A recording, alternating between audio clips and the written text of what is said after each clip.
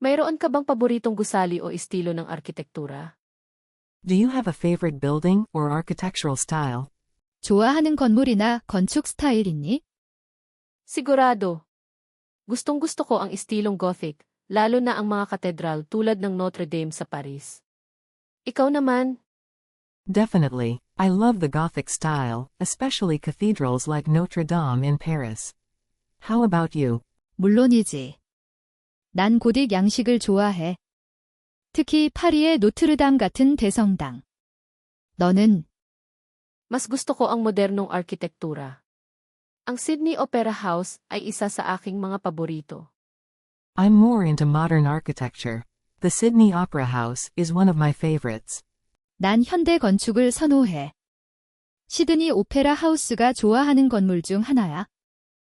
Iyan ay isang nakamamanghang gusali. Hinahangaan ko ang kakaiba at matapang na disenyo nito.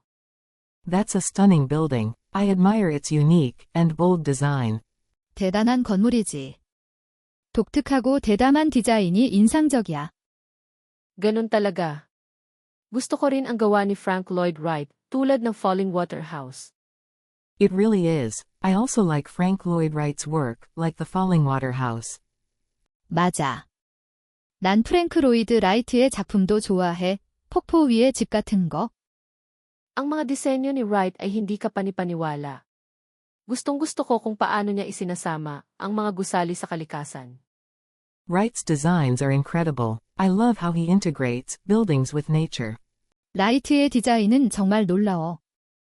건물과 자연을 결합하는 방식이 너무 좋아. Sakto. Mayroon ka bang iba pang mga paborito? Exactly. Do you have any other favorites? 맞아. 또 다른 좋아하는 건축물이 있니?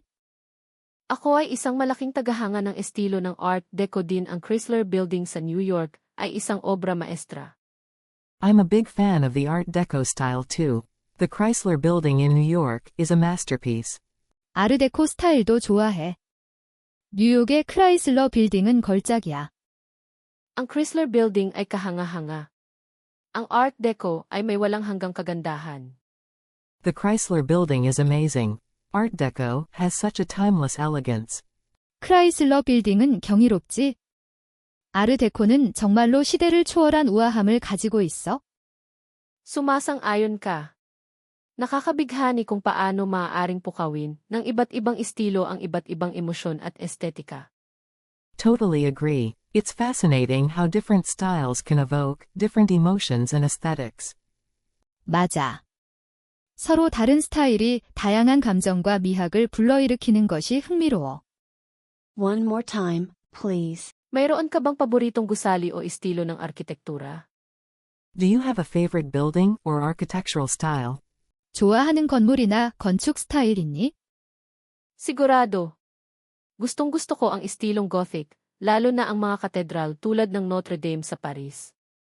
Ikaw naman? Definitely. I love the Gothic style, especially cathedrals like Notre Dame in Paris. How about you? 물론이지. 난 고딕 양식을 좋아해. 특히 파리의 노트르담 같은 대성당. 너는? Mas gusto ko ang modernong arkitektura. Ang Sydney Opera House ay isa sa aking mga paborito. I'm more into modern architecture. The Sydney Opera House is one of my favorites. 난 현대 건축을 선호해.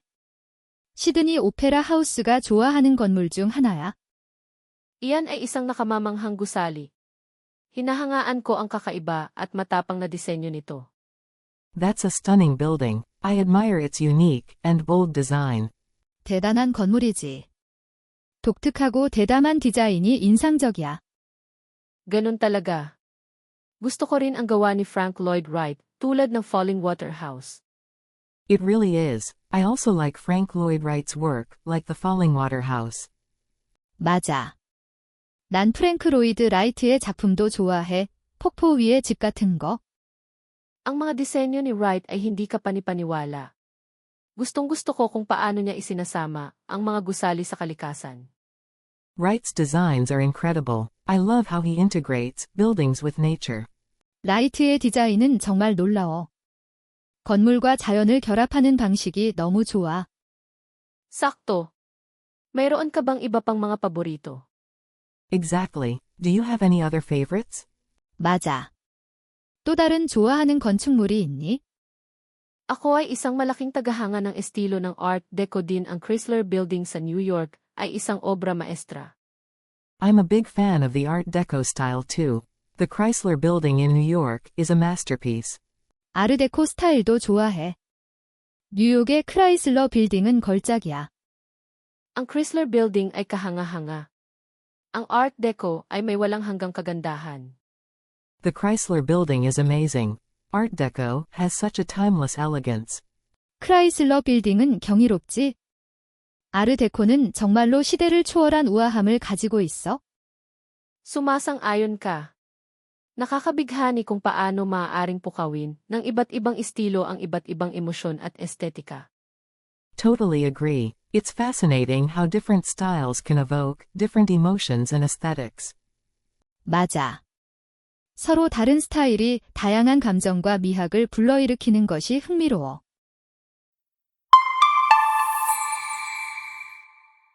Yun lang po. Salamat sa panunood.